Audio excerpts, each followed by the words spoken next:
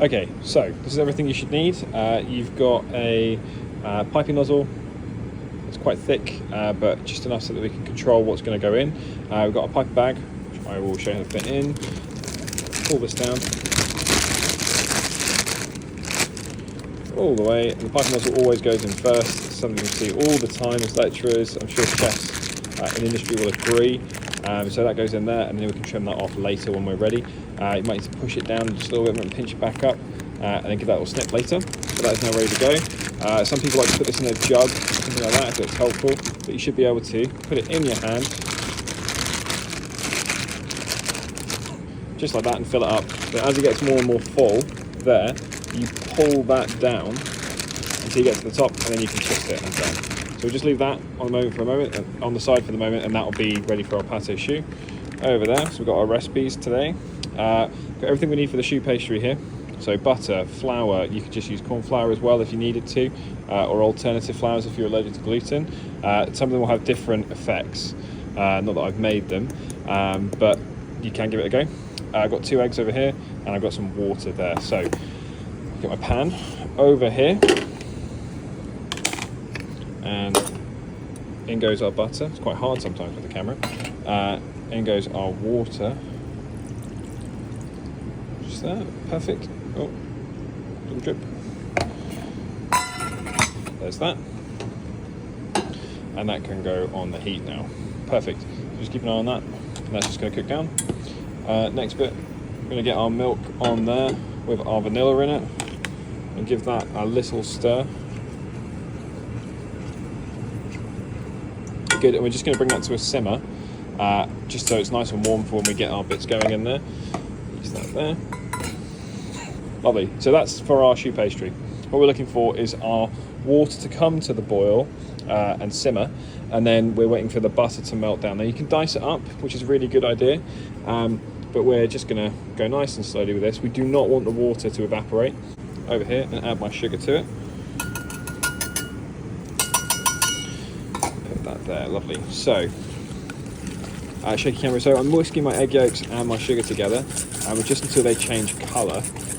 Why I'm trying to do this is, the reason I'm trying to do this is because egg yolks have something called lecithin in them, and it will, oh, my milk's already going. You can see on the sides there, and from the colour it's getting there. So I can just stir that around just a little bit, see the heat. So I'm just going to put that there for the moment whilst I finish this off.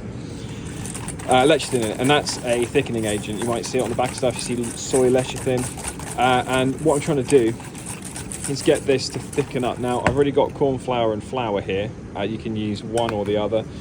You can use both like I am, and that's just so it's not so thick. It doesn't have a very floury taste in it. Obviously, I will cook my flour out, but it still will be very, very thick with the gluten. So just a bit of corn flour, half and half there. You can just do corn flour as well if you want, but then there's kind of a custardy like effect to it, like the cheap kind of stuff in the corn flour. So that's why I do a mix. I'm trying to go a bit crazy. We're just looking for it to pale a little bit and to no longer feel grains of sugar. So yeah, so the sugar is going to obviously be dissolved in our egg yolks. That's what we're hoping for, so that it binds really well with the rest. Now my my mix, is that going to balance? Let's see if we can get that to balance just there for the moment. Perfect. The butter over here, see the water come to the boil. I'm just going to bring this off and let that stir around just for a moment. One thing, I've seen so many people make choux pastry and make it wrong, and I've also made it wrong a load of times. So is that you need this to be really hot when you add your flour in, so that it immediately cooks the gluten out. It's called a panada when it gets to that point. That's almost there now. Camera going crazy. And an old adage is so true, a watch pot never boils. When you're not watching it, it just goes mental. So, there we go.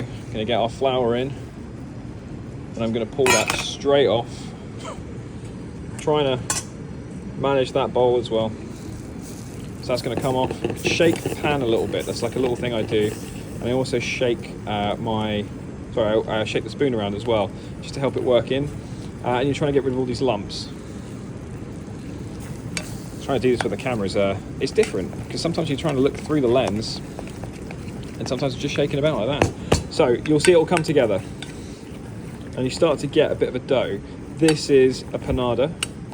And what you want to do is just carry on working it. A lot of people don't work the sides enough, especially for breads as well. See that? And you want to get everything off. It's all been weighed out for a reason. It's pastry. It is a science, literally is, and a bit of an art, as you're about to see, hopefully. Or you might have seen in the thumbnail, depending on how they turn out. So we've got those bits there. And just all those little lumps you want to work out. We don't want lumps of flour in here. You can see just by stirring that we're getting most of those out, which is great. Lovely. And now you want to return it to the heat. Yeah, good. So it's rolling around, that's what we want. See that milk? And we're just going to heat that up. So when that panada has cooled down, I'm going to add those eggs in one at a time and just stir them in and really work them, and you'll see, and that will change it up. This, I'm going to add my milk into a little by little, just to temper it. So that's where I add these two things together and make sure that they aren't scrambling. So that's what I'm going for. And then I'll put that back on the heat once I've added this in, which is my corn flour and my flour. You can see the two different dishes there. So in that goes, and we're making creme patissiere, or pastry cream, or creme pat, depending on who you are, where you've been. Sort of stuff. Add that in. So we're waiting for our milk to come back to the boil, which is being very careful about heating it. A lot of people like to scald their milk, but we're just trying to warm it up. We don't want it to catch on the bottom if we can avoid that. There we go, it's all thick. Good. Right, so our milk, sometimes this will happen as well. There's lots of protein in milk and cream, and it's evaporating down, as you can see, and where I've pulled it around, it's starting to scald. That is hot. I can see the steam coming off it, and that's enough for me. So we'll add a little bit in, just a bit. Sometimes you can go for a third, but because I've got a small bowl, I don't want that straight away. So small whisk. It's like small circles that I'm whisking, sorry. And I'm trying to work everything in from the sides. Just like that. Oops, sorry camera. Just trying to mix those two together. Add a little bit more in. There we go. And that's cooling the milk down, but also warming this up. Now, the flour and the corn flour in there are being worked in as well. You can see we're getting this foam on the top, all these bubbles. And that's good, but it's also just something to look out for. So that's going to go back in there. We really want to scrape this out now. Give it a good whisk as it goes back in. Just going to break up any sort of pockets we've got going on, or any sediment of the milk on the sides, where the protein binds. And we just want to remember we've got those bubbles going on there. So now all these little bits, I'm going to put in the wash. Okay, so we're back. So, as I said before, we've got all this foam here from the eggs and the milk, and it's good in a way, but it's also a bit deceptive. So I'm whisking straight away because I just want to make sure there's no sugar or any lumps or anything on the bottom, and then I know what's going on in my pan as well, which is a real big thing. Now, the more I whisk it, and this is the same for frying as well, the more I shake my pan about, the more I whisk, the more I stir, the more I interfere with the heat on the bottom getting into the pan, the less heat there is in the liquid. Now, I don't want this to scramble, so I need to make sure I'm whisking. And because I've got a thick bottom pan, it's going to be heating up very well on the bottom, and I need to transfer that out. You can see the steam coming off now, maybe if my camera can catch it. And that's great. And the foam will disappear as the egg starts to cook out and coagulate. So I think it's around 71 degrees.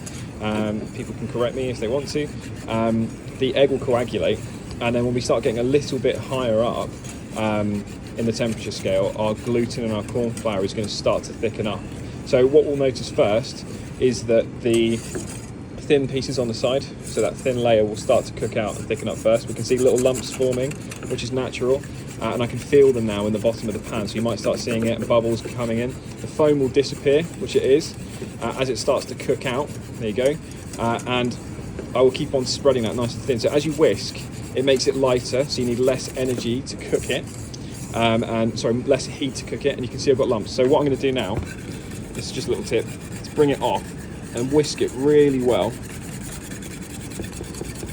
so that you know you're working out all that gluten and the corn flour, and you're working out lumps straight away. Now this is not ready yet. It needs to thicken up more. It's a cream after all. Oh, that camera's going crazy. I'm really sorry if it's too much. It goes back on the heat. Now it's lost a lot of heat, but we've got to remember there's still heat in the pan and in the liquid there. It smells lovely and vanilla-y, and you can put all sorts of flavours in as well. So I've just got vanilla because I'm trying to keep it low. I'm trying to do a very simple version for you as well. But you can put cinnamon spice in here. You can put pumpkin. You can do all sorts of stuff. You can make savoury versions of this where you just use a little bit less sugar, and that's absolutely fine. Don't replace it with salt, just use less sugar. And it will just help as well. I mean, the sugar does help dissolve into the eggs, but if you wanted to, you could just do a plain custard. Excellent. So I'm going to bring that off now. Hopefully the camera will stop shaking so much for you. And you can see the consistency we've got. Globs. Glob. Good. So we're going to set that down, and then we'll add some egg whites or cream into there if we want to. Egg whites will make creme Choux. If we add cream into it, then we're going to get creme mousseline, and if we add butter into it, we're going to get creme diplomat. So pâté choux, we've got 2 eggs. Some people do this by weight, which is a really good way to do it, so that you know exactly what you've got. So I'm going to get 1 egg in, no problem, and I'm going to work that around a little bit. I'm going to start trying to get that worked in. So you want to beat your eggs beforehand, no problem. It just takes a little while longer, if not. And you want to make sure that you're dispersing it properly as well, so that can really help. So feel free to do that. Work that round. Now, when you do this, it's always the same. You always think to yourself it's not going to come together until you've made it quite a lot. So it goes through this like mash, this weird mash kind of looking thing where it doesn't look like it's going to come together ever. As you start breaking it down. Push that off, but you can see that's coming back together, and it's not quite the consistency we want, but we are starting to get a dough there. So one last camera shake. But see what happens. And we've got like a rough paste. So I'm going to add that other egg in. We'll see what we get. I think we're going to need another egg. So there you go, another egg.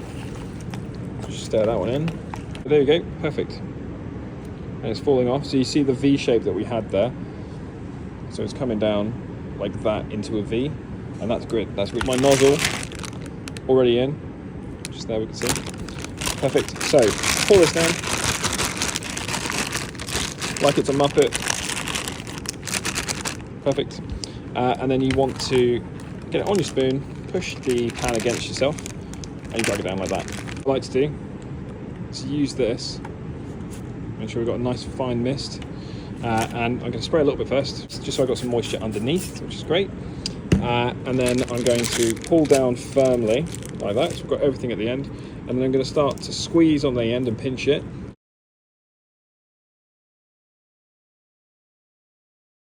And just pull down, twist, so it's nice and tight, and don't worry if anything falls off, it's absolutely fine.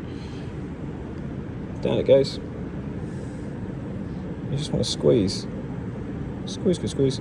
As long as you've got roughly the same amount for each one. That one's, the shape is off completely on that one, but that's not a problem, and I'll show you why. Okay, so just finish those off. They're a little bit smaller, as you can see, which is fine. And then a little spray over the top again. And it's the water that will be the lift. So as you get evaporation, it will help lift. So the steam is what brings choux pastry up, is the rise. So here, I've just wet my finger, and I'm shaping it back up to how I want it. Any little ridges, you can see I've got peaks here. Wet finger, dab it back down, and that will work out just perfectly. Otherwise, it'll get all crisp, you get a little horn, and it's not what you want.